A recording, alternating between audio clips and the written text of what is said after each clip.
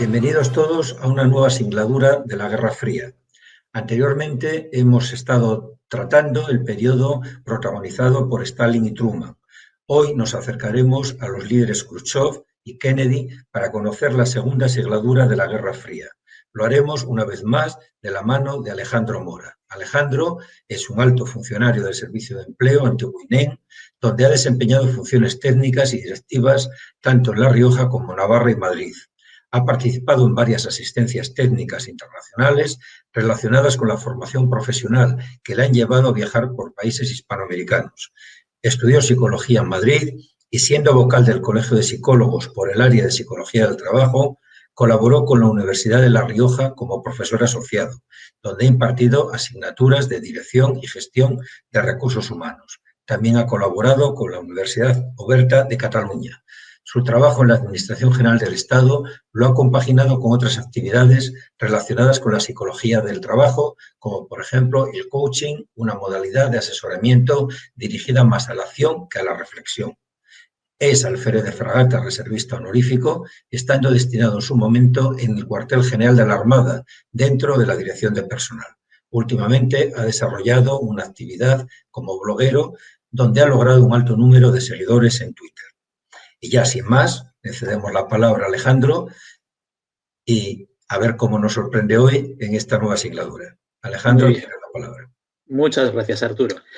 Bien, pues vamos ya con la segunda singladura. En esta segunda entrega se describe el episodio álgido de la Guerra Fría, la crisis de los misiles de Cuba. El mundo se asomó al abismo de un conflicto nuclear cuando ambas superpotencias ubicaron armas capaces de alcanzar las principales ciudades de las dos naciones.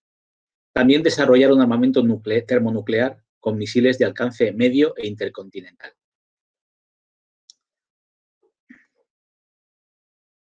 Vamos a compartir la pantalla donde está la presentación de esta segunda singladura.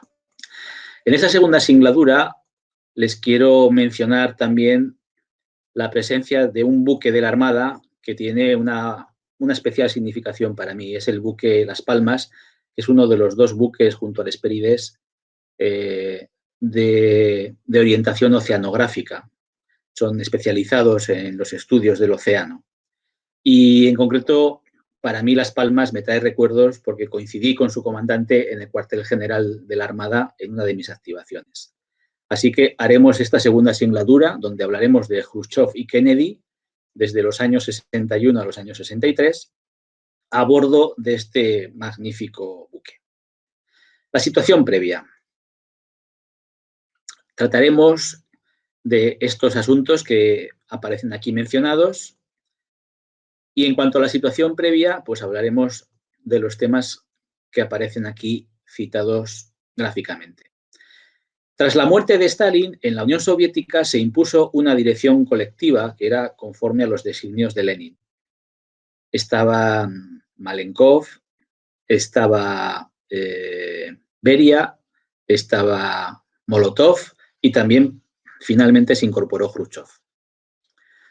Precisamente esta figura destacó sobre los otros aspirantes y en febrero de 1956 se alzó con el puesto de secretario general, de tal manera que pronunció un discurso secreto ante el plenario del 20 Congreso del PQS, que es la imagen aquí representada. En este plenario, en este discurso secreto, criticó el culto a la personalidad de Stalin y censuró los fracasos del zar rojo. Este discurso se difundió entre los comunistas, pero también se filtró a la inteligencia norteamericana, pese a lo cual el presidente Eisenhower siguió desconfiando de las intenciones soviéticas. Es decir, que esta limpieza interna no convenció demasiado a Eisenhower. En este periodo se había producido una cierta estabilización de la Guerra Fría. Los dos contendientes admitían la división de Alemania y eran muy conscientes de la capacidad destructiva de las armas nucleares.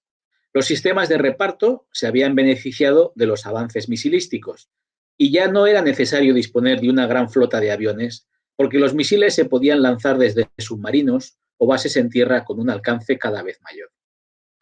El traslado a la periferia de la confrontación entre comunismo y capitalismo había incorporado a la China continental como un elemento desestabilizador, porque Mao estaba dispuesto a padecer un ataque nuclear con tal de recuperar Taiwán.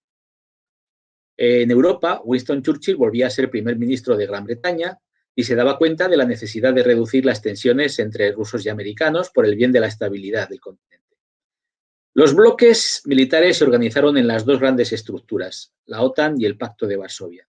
Ninguno de los dos bloques pretendía iniciar las hostilidades, pero la respuesta de represalia masiva se convirtió en el eje de la política de defensa. En Estados Unidos, los republicanos habían superado las heridas del macartismo y consideraban que la política de contención había sido un error porque ponía en riesgo a miles de personas en caer bajo el dominio de una dictadura despiadada que despreciaba los derechos individuales. Las acciones encubiertas de la CIA se prodigaban porque evitaban el gasto que suponía disponer de tropas regulares convencionales. Sus efectivos se multiplicaron por 3. El lanzamiento del primer satélite artificial por parte de la URSS, el Sputnik, significó una advertencia para la administración norteamericana, porque la guerra se podía desplazar a un nuevo escenario, el espacio exterior. Los avances tecnológicos producidos por los científicos soviéticos llevaron a Jrushchov a vaticinar que pronto Estados Unidos se vería superado en prosperidad por la URSS. Este optimismo no se debilitó cuando el secretario general visitó oficialmente los Estados Unidos en otoño de 1959 y viajó por sus ciudades y centros de producción. Cuando parecía que se estaban aproximando las posturas entre los dos mandatarios, se celebra la cumbre de París y en ese momento, en medio de la cumbre, se produce el derribo de un avión espía U-2 en el espacio aéreo soviético. Jrushchov reaccionó de forma airada, exigiendo disculpas por este hecho a Eisenhower, quien no reconoció los hechos, se ciñó al guión establecido previamente. Era el otoño de 1959 y al año siguiente se produciría el relevo en la presidencia de Estados Unidos, donde aparecería un joven católico avalado por acciones heroicas durante la Segunda Guerra Mundial y que daría la réplica al comportamiento vehemente del secretario general soviético. Vamos a ver los rasgos psicológicos de Nikita Jrushchov.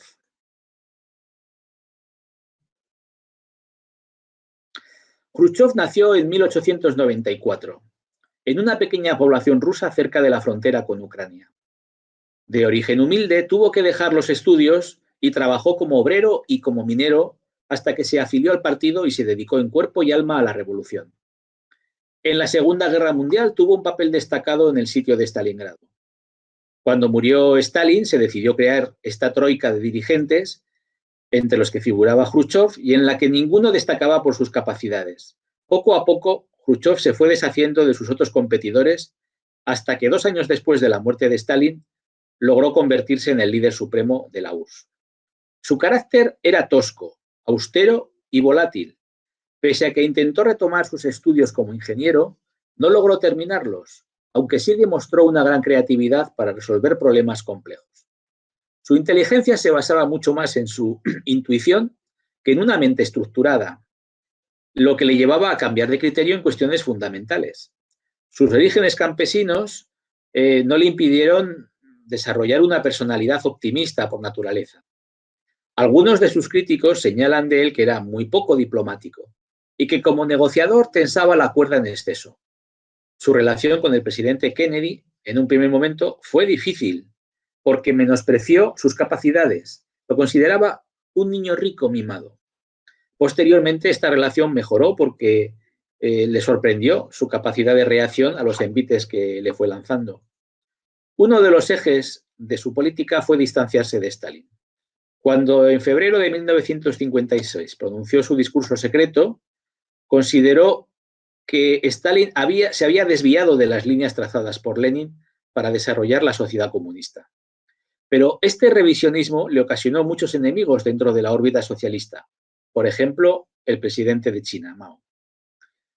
Una persona intuitiva, cuando maneja situaciones complejas con información incompleta, como la crisis de los misiles de Cuba, se suele comportar de manera compulsiva. Es como un jugador que cuando pierde una mano, dobla la apuesta en la siguiente.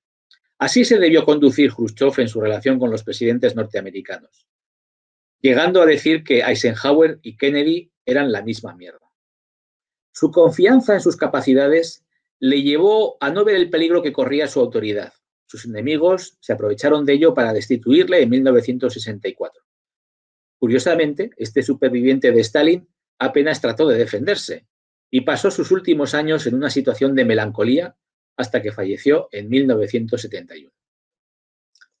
Y veamos ahora los rasgos psicológicos de John Fitzgerald Kennedy.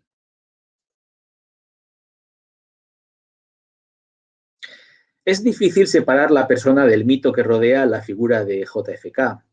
Por un lado, nos encontramos con un presidente que gana sus elecciones por muy poco al candidato republicano. Todavía resulta de interés para los analistas el primer debate televisado entre Kennedy y Nixon, que al parecer fue decisivo para su victoria electoral. Por otro lado, nos encontramos en presencia de un presidente asesinado por razones no suficientemente esclarecidas. El único de los 8 comandantes en jefe analizados en las 4 singladuras que deja tras de sí una estela mítica cargada de glamour y falsas apariencias. Sus discursos han creado escuela en varios presidentes posteriores, especialmente los demócratas. La imagen de su brutal asesinato acompañará a mi generación como la prueba de un dirigente que quiso cambiar la forma de hacer política, minimizando, por otro lado, el hecho de que fue el primero en acercarnos al abismo de una guerra termonuclear. Hay un cierto consenso entre los historiadores sobre su complejo de inferioridad a la hora de juzgar las decisiones que tomó.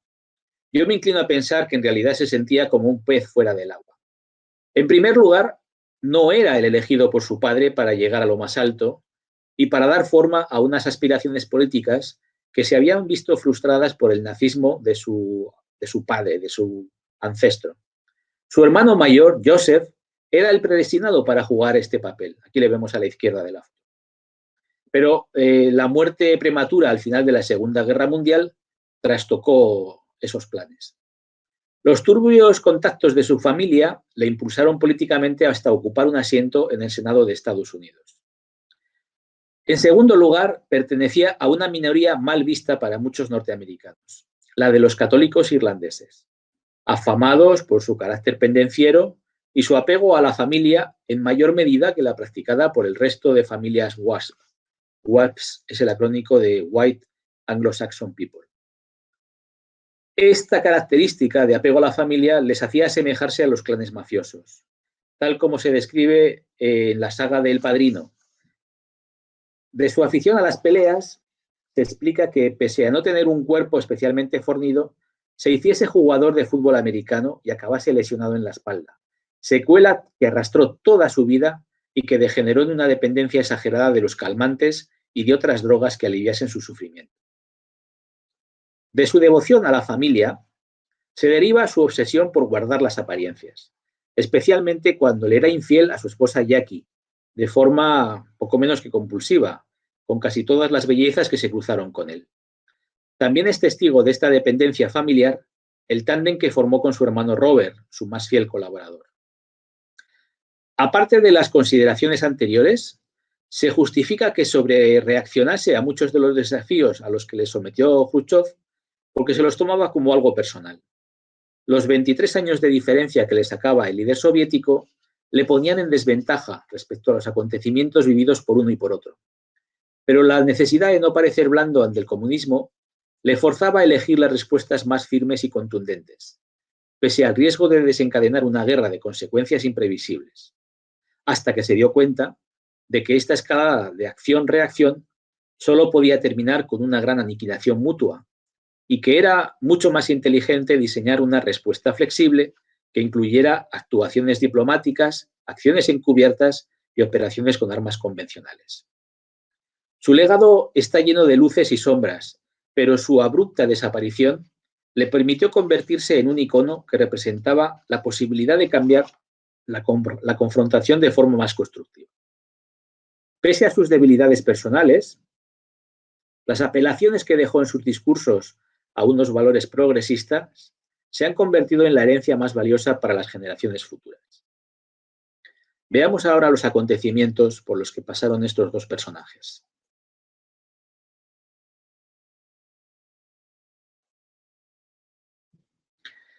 Las capacidades diplomáticas de Jrushchov ya habían quedado en evidencia cuando Kennedy llegó al poder en enero de 1961.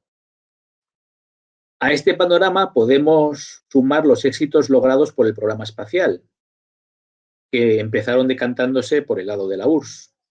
En especial la hazaña del vuelo orbital de Yuri Gagarin y, en contrasentido, el desastre del lado norteamericano del desembarco organizado por la CIA en Bahía Cochinos.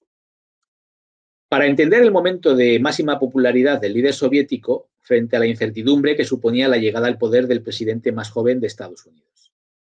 Debido a ello, se puede comprender la tosquedad con la que se comportó Jrushchov en su primer encuentro con Kennedy, ocurrido en junio de 1961 en Viena. La exigencia soviética de formalizar un acuerdo de paz que definiera el estatus de Berlín puso a Kennedy entre la espada y la pared. Para no dar sensación de debilidad, Kennedy adoptó unas fuertes contramedidas para disuadir a Jrushchov de adoptar cualquier medida unilateral y amenazó a los soviéticos con un frío invierno en sus relaciones. Mientras tanto, la República Democrática Alemana se desangraba con un número incesante de técnicos y especialistas que se pasaban a Occidente atraídos por las promesas de llevar una vida más cómoda. Jrushchov se vio empujado a negociar un tratado de paz independiente con la República Democrática Alemana o adoptar alguna medida que parase la sangría económica que padecía este país.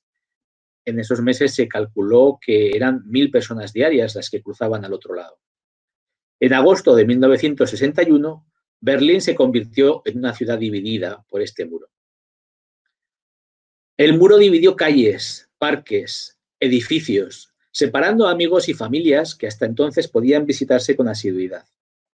La reacción de Kennedy fue desplazar vehículos blindados por la autopista que llevaba hacia Berlín. Se llegó a pensar en un conflicto nuclear y muchos norteamericanos empezaron a construir refugios nucleares en los sótanos de sus casas. El enfrentamiento se calmó después de que Kennedy se negase a derribar el muro y de que Jrushchov desistiera de firmar un acuerdo bilateral con la República Democrática Alemana. 2 años después, Kennedy visitó la ciudad y proclamó su célebre frase Ich bin ein Berliner, como muestra de solidaridad con los ciudadanos de Berlín Oeste. Las dos superpotencias reanudaron sus pruebas nucleares y la tensión volvió a aumentar cuando otro avión espía detectó las bases de misiles que Jrushchov había autorizado a construir en Cuba. Los misiles de medio y largo alcance que aparecían en las fotografías podían alcanzar la mayoría de las grandes poblaciones ubicadas en territorio de los Estados Unidos, especialmente de la costa este. Por primera vez, los norteamericanos podían ser atacados con armamento nuclear desde un territorio que siempre habían considerado su patio trasero. Castro y sus barbudos gozaban de muchas simpatías entre los soviéticos. Su modelo de revolución era visto como una forma de combatir el imperialismo, especialmente por los jóvenes. Los ataques contra Castro, hay que recordar aquí la operación Mangosta, llevada a cabo por la CIA, que trató de matarle en un número incontable de veces, demostraban el carácter épico de este movimiento y su arraigo en el sentir popular. Este arraigo había quedado demostrado con la facilidad con la que el régimen había desbaratado la invasión de Bahía Cochinos. La amistad cubano-soviética ponía a Kennedy en un brete, y este lo decidió asumir de forma decidida. El 22 de octubre se dirigió por televisión a su nación para anunciar su decisión de someter a la isla a una cuarentena para evitar una guerra. Jrushchov no contaba con la posibilidad de que sus planes de despliegue de misiles fueran descubiertos antes de que estuvieran operativos. Su intención no era iniciar el ataque, sino devolver a Norteamérica el golpe que supuso el despliegue de sus misiles en Turquía, tan cerca de su zona de influencia. Quería hacerle sentir de cerca la amenaza nuclear.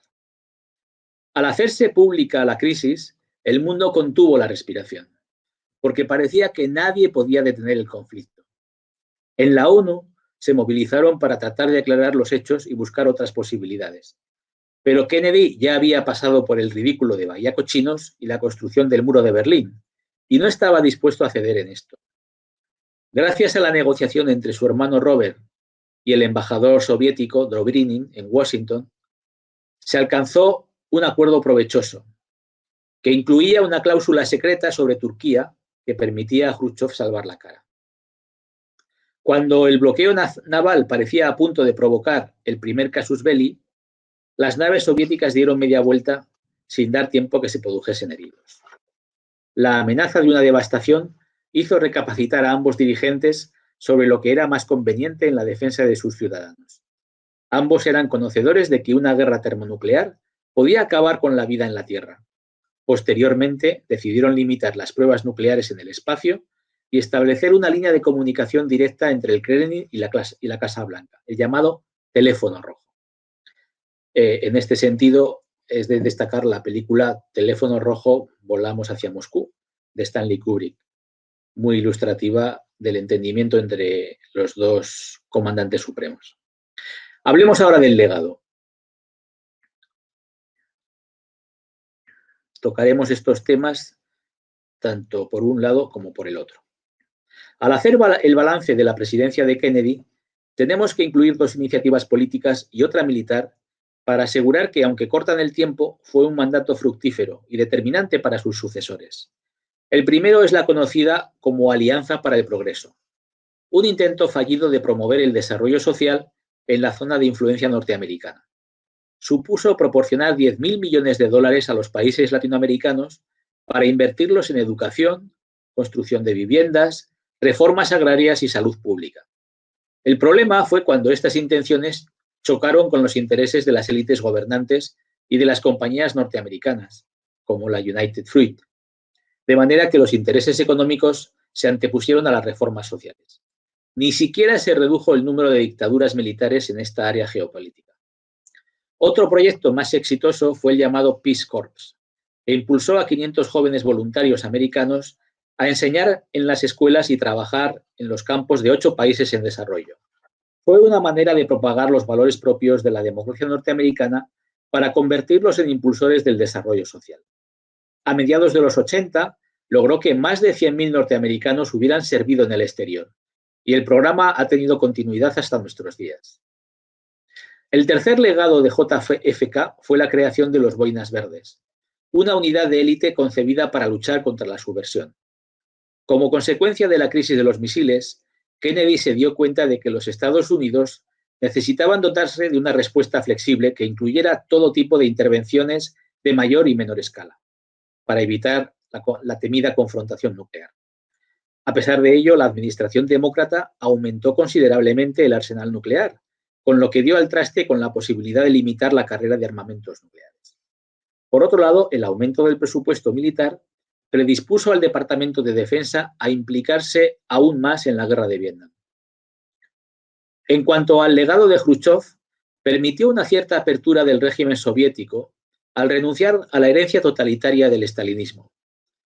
Esta renuncia, que ya dijimos que no fue bien aceptada por todas las élites socialistas, dio alas a los reformistas en Hungría, lo que obligó a Jrushchov a tomar medidas militares para mantenerse en el poder. O sea, que fue dos pasos adelante y un paso atrás. Estos dos personajes pusieron en peligro la paz mundial, pero renunciaron a un ejercicio de exterminio mutuo pese a las presiones internas que así lo exigían. La Guerra Fría vivió un momento de inflexión, porque las sociedades alineadas con las dos superpotencias tomaron conciencia de lo que había en juego. Cuando los avances científicos se ponen al servicio de los objetivos geoestratégicos, ninguno de los bandos defiende un mundo mejor, sino la idea supremacista de que la razón está de nuestra parte. Bueno, y para terminar esta segunda singladura, me gustaría hacer referencia a una cuestión relacionada con el management. Y es que en la década de los 60 se produce una situación de especial interés en relación con la administración y gestión. De la misma manera que se estaba desarrollando una guerra fría en lo geopolítico, las ciencias sociales estaban siendo desarrolladas y aplicadas en las grandes escuelas de negocios como la escuela Sloan del MIT, del Instituto de Tecnología de Massachusetts. Un autor llamado Douglas MacGregor desarrolló por estos años una teoría conocida como X e Y, en la que se analizaban las creencias de los managers de las principales empresas de los Estados Unidos. Con estas suposiciones, MacGregor perfiló un mapa de creencias como este. En los supuestos de la teoría X está la idea de que los empleados trabajan lo menos posible. Segundo, que carecen de ambición y que evitan responsabilidades. Sin embargo, por el mapa de la teoría I se dice que los empleados consideran el trabajo natural, igual que el juego. Se autodirigen hacia la consecución de los objetivos que se les marcan y en ciertas condiciones buscan responsabilidades. La diferencia entre estas dos teorías tan contrapuestas es que la primera no está apoyada por ninguna evidencia científica, mientras la segunda es la que muestra mayor coherencia con lo que sabemos sobre cómo se comportan las personas en el trabajo y cómo se comportan las personas en general, que no es otra cosa que la pirámide de necesidades planteada por Abraham Maslow en 1945.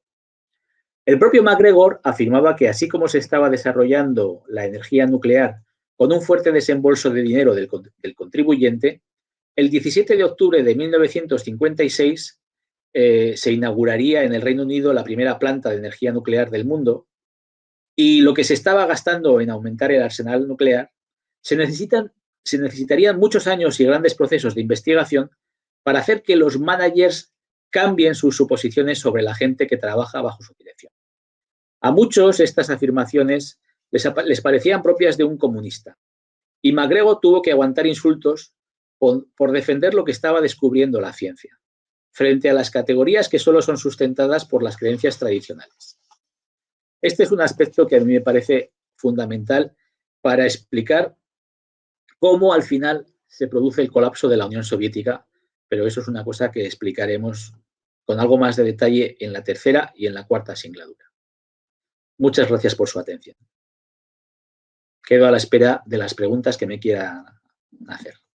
Pues nada, Alejandro, una vez más me has dejado sorprendido, he aprendido un montón con esta charla tuya y bueno, pues tengo varias preguntas. Una de ellas sería, no sé, ¿por qué fue tan importante el llamado discurso secreto de Khrushchev? Me ha dejado ahí un poco... Sí, algo he contado en la segunda singladura, pero realmente conviene desgranar un poco más qué es lo que dijo Khrushchev en el discurso secreto.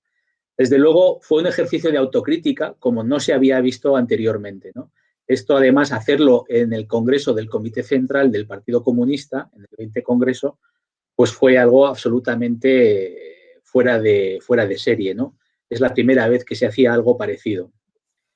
Por otro lado, efectivamente, aunque se llame discurso secreto, y la idea era utilizar todo el contenido de forma interna entre los ámbitos del Partido Comunista y de los partidos comunistas asociados al PQS, pues lo cierto es que esto cayó en las manos de los servicios de inteligencia estadounidenses, se transcribió y, de hecho, la copia que se maneja y la que tiene mayor contenido histórico es precisamente la que facilitó el Departamento de Estado, que lo incluyó Khrushchev en sus memorias, ¿no? La importancia, pues yo creo que conviene mencionar algunas cuestiones que se tratan con cierta profundidad en el discurso. Es un discurso de 56 páginas. Se tiró varias horas contándolo a todos los delegados del Comité Central. Lo primero es desautorizar a Stalin y criticar el culto a la personalidad que había establecido el propio Stalin, ¿no? Khrushchev lo sabía de primera mano porque él había sido partícipe indirectamente de este culto a la personalidad, porque todos los que rodeaban a Stalin tenían como norma el ensalzar, el tapar sus defectos y el hablar única y exclusivamente de sus virtudes, que no eran tantas como se pretendía. Por otro lado, Khrushchev recuerda que el propio Lenin contrapone una manera de dirigir a la cual Stalin no le es fiel en absoluto. Concretamente, le acusa a Stalin de violar el principio de la dirección colectiva. Era un leitmotiv muy importante en Lenin. También critica la intervención del pueblo como creador de la historia. Esto Stalin se lo carga porque parece que ha sido él el que ha dirigido la historia de la Unión Soviética. Otro leitmotiv de Lenin era la misión rectora y organizadora del partido. Y efectivamente, Stalin no es que pasara del partido, pero lo dejó en un segundo lugar.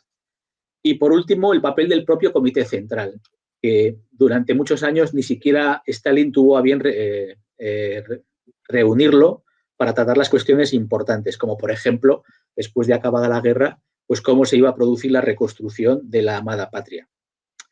Bueno, también recuerda algunos detalles de la personalidad de Stalin, por ejemplo, su carácter violento y el abuso de poder, al que sometió, por ejemplo, a Nadezhda Konstantinova, que era la cuidadora, la mujer de Stalin, de Lenin, perdón, y su cuidadora, ¿no? Y en un momento determinado, Lenin le pidió a Stalin que se retractase de sus insultos a su compañera. O sea, que sabía que había habido una relación muy tensa por una cuestión del cuidado de Lenin y, desde luego, le recriminó a Stalin el no tener una mínima sensibilidad para tratar con delicadeza a una compañera tan comprometida como era Nadezhda. En cuanto a la parte central, se refiere a dos datos históricos que cobran mucha importancia para los comunistas, y es cómo se gestionó la batalla para ganar en las ideas a Trotsky y al trotskismo, a sus partidarios, y cómo se desarrolló la Segunda Guerra Mundial, lo que ellos llaman la Gran Guerra Patriótica. En relación al primer caso, cómo trató de restaurar, cómo definió la idea de que Trotsky quería restaurar el capitalismo y cómo definió la propuesta de Trotsky como un desviacionismo derechista, lo cual la verdad es que chirría bastante porque Trotsky era también un muy buen comunista con muchos seguidores. Por otro lado, cuando Stalin inicia la represión violenta, se acuñan expresiones que luego duran durante muchos años, como es el concepto de enemigo del pueblo. Llamar a Trotsky enemigo del pueblo y a todos los seguidores enemigos del pueblo es una cosa que chocaba muchísimo. Las únicas pruebas de culpabilidad que se manejaron fueron las confesiones obtenidas mediante presiones físicas. Esto se convirtió luego en una costumbre. Se realizaban juicios que cuando la televisión lo permitía, se televisaban a la inmensa mayoría, y eran juicios en los cuales los acusados reconocían todas las culpas. ¿Por qué? Porque la mayoría de las veces estaban presionados bajo la idea de que si no confesaban, iban a ir también contra sus familiares. Entonces, preferían asumir todas las culpas y de esta manera limitar el daño a sus familiares. Bueno, esto además hizo que esta depuración se hiciera justamente cuando ya ideológicamente ya habían sido derrotados. O sea, no había ninguna necesidad de hacer esta purga. Y en cuanto al papel de Stalin en la dirección de la guerra, la Segunda Guerra Mundial, la Gran Guerra Patriótica, pues hubo, dice Khrushchev, con conocimiento de causa, hubo señales previas que Stalin desatendió. Por ejemplo, recordó el afán de Hitler por liquidar el comunismo en Alemania. O sea, ¿cómo vas a hacer un acuerdo con Hitler cuando ha dejado muy claro desde el principio que su primer afán es cargarse al Partido Comunista en Alemania? Incluso el propio Churchill le habló de las intenciones del ejército alemán, cosa que Stalin desatendió. Y en muchas regiones resultó prácticamente imposible la defensa porque las armas viejas habían sido retiradas sin haber habilitado aún las nuevas. Esto es una dejación para un comandante supremo muy grave, porque es prácticamente mandar a la muerte a todos los defensores de esas regiones, ¿no? Parece ser que es un hecho que durante los primeros días de la Operación Barbarroja, que es la intervención de Hitler en el escenario eslavo, en el escenario de la Unión Soviética, pues la reacción de Stalin fue de estupefacción. Estuvo varios días que prácticamente ni respondía, ni estaba disponible para conversaciones, ni nada. Esto fue convenientemente refutado por las fuentes oficiales, porque era una realidad demasiado incómoda. Incluso el propio Khrushchev fue testigo de cómo durante el frente de Ucrania, Malenkov le indica que Stalin ya ha estudiado la situación por teléfono y que no piensa ponerse al teléfono pese a encontrarse a unos pocos pasos. El resultado fue la pérdida de cientos de miles de soldados del Ejército Rojo. A pesar de ello, la propaganda pues habla de un Stalin dotado de un genio insuperable y que es un militar inalcanzable. Por eso se hacía llamar el generalísimo de todos los ejércitos. Palabra que a nosotros nos sonará también muy, muy familiar, ¿no? Porque es la palabra con que se definió también al general Franco. Bueno, Jrushchov lo que defiende es que la victoria se debió al partido como un todo, al gobierno soviético que tomó decisiones difíciles en condiciones de penuria, al ejército heroico y sobre todo a la nación soviética entera que reaccionó como un solo hombre, según Jrushchov. Claro, al decir esto, la sala de delegados empieza a reaccionar con calurosos y prolongados aplausos. Es decir, que estaban todos de alguna manera deseando que alguien dijera unas cosas como las que estaba soltando Khrushchev. Y ya para terminar, pues incide en un detalle, y es que Stalin era capaz de deportar en masa naciones enteras.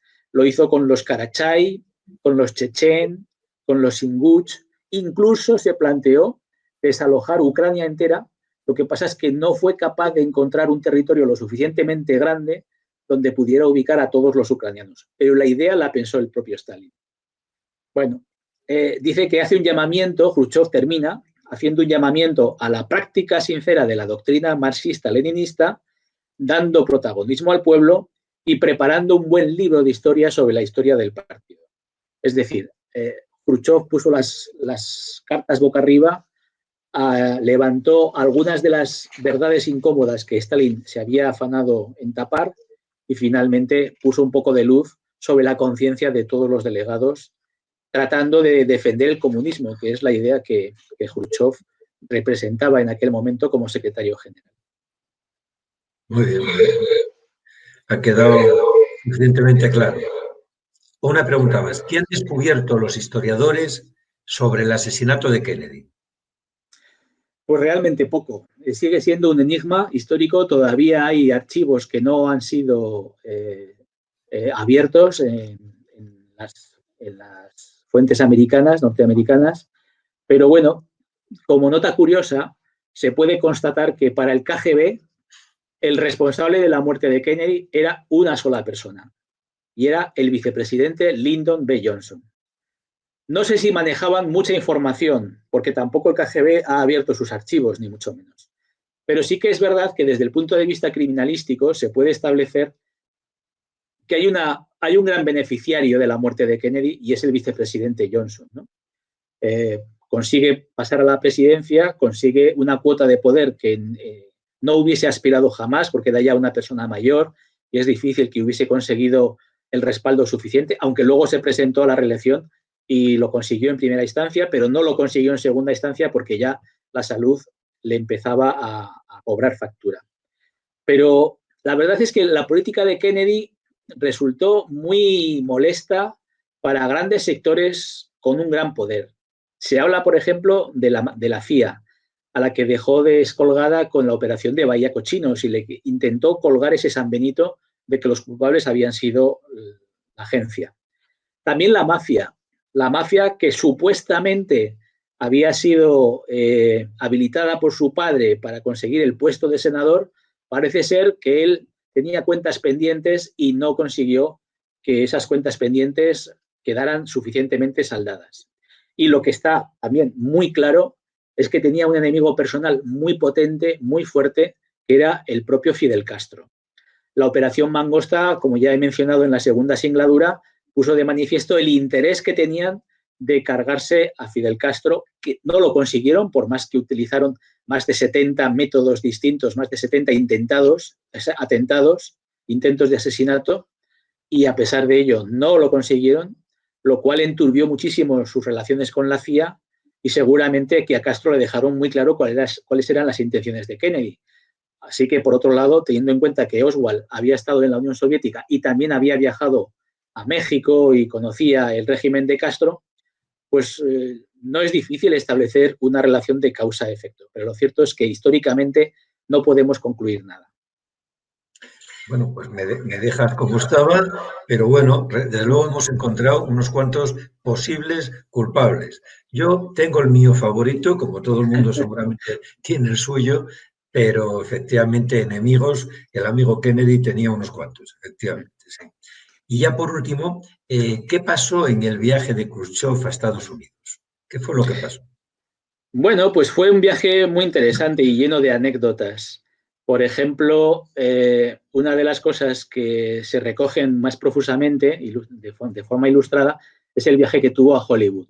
Él viajaba con su mujer que ya pues era una mujer también con la misma edad, prácticamente de la misma edad que Khrushchev, eran ya dos señores mayores, y cuando llegaron a Hollywood les recibieron con la grabación de una secuencia de la película Can Can, donde los protagonistas, las protagonistas, porque eran casi todas mujeres, bailaban este baile que resulta tan inapropiado para una pareja de personas conservadoras, de personas mayores, ¿no?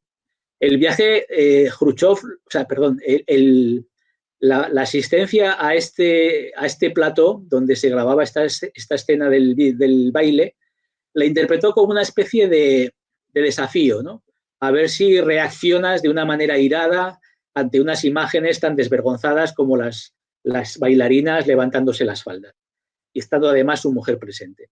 Y él reaccionó de manera muy tranquila, muy pacífica, y luego lo que se pudo ver es que casi todos los actores de Hollywood que fueron invitados a esta presentación se hacían cruces para hacerse una foto con el mandatario de la Unión Soviética. Allí estaban los grandes de la escena hollywoodiense y todos pues, trataron de hacerse la foto con el señor Khrushchev. Otra anécdota que se produjo es cuando en una rueda de prensa un periodista le preguntó: bueno, pero usted cuando Stalin estaba haciendo todas estas purgas y estas matanzas, ¿por qué no decidió levantar la voz y llevarle la contraria? Entonces se produjo un silencio en la rueda de prensa y Khrushchev tomó la palabra y dijo: bueno, esta es una pregunta muy interesante y muy directa, y tal vez el periodista que la ha hecho debería ponerse de pie y decir su nombre y en qué medio trabaja. Se produjo un silencio sepulcral, nadie se levantó, nadie dijo nada, y la respuesta de Khrushchev es: bueno, pues ahora sabéis lo que hacíamos todos en el comité central cuando estaba Stalin presente. O sea, quedarse callados y no hacer absolutamente nada. Y luego otra anécdota del viaje es que él pidió visitar Disneylandia. Entonces, para Eisenhower esto era un gran problema de seguridad porque no estaba previsto en el recorrido y no tenían un operativo preparado para garantizar la seguridad. Así que Eisenhower descartó esta posibilidad. Cuando Khrushchev insistió en que le gustaría visitar Disneylandia y que solamente quería hacer una visita, no quería hacer ningún discurso, pues entonces Eisenhower le reconoció: mira, es que no podemos garantizar tu seguridad. Entonces él utilizó este argumento de una manera muy hábil políticamente, diciendo: estoy en los Estados Unidos, este es el país, la primera potencia mundial y económica, y no puedo visitar Disneylandia porque no pueden garantizar mi seguridad. Este es el sistema que tienen los capitalistas. O sea, lo utilizó de manera muy hábil y ahí quedó la anécdota, ¿no? Realmente fue un viaje muy fructífero, pero muy propagandístico para él. Al final él prácticamente no cambió sus convicciones, se mantuvo, y como es lógico por otro lado, porque a fin de cuentas era el representante de un sistema absolutamente diferente al americano, y ahí quedó esa serie de anécdotas que pasaron en este viaje. Fue muy interesante. Se pueden ver imágenes en YouTube a propósito de este viaje y son muy recomendables. Pues sin duda trataré, con tu ayuda, trataré de visitar esas imágenes, de conocerlas bueno, y hacerlas un poco mías para enriquecer un poco más la charla que nos has dado. Pues nada, Alejandro, no tengo ya más palabras que decirte, más preguntas, y solamente despedirme de ti hasta la próxima singladura, hasta nuestra tercera singladura. Buenas tardes, un abrazo. Muy bien.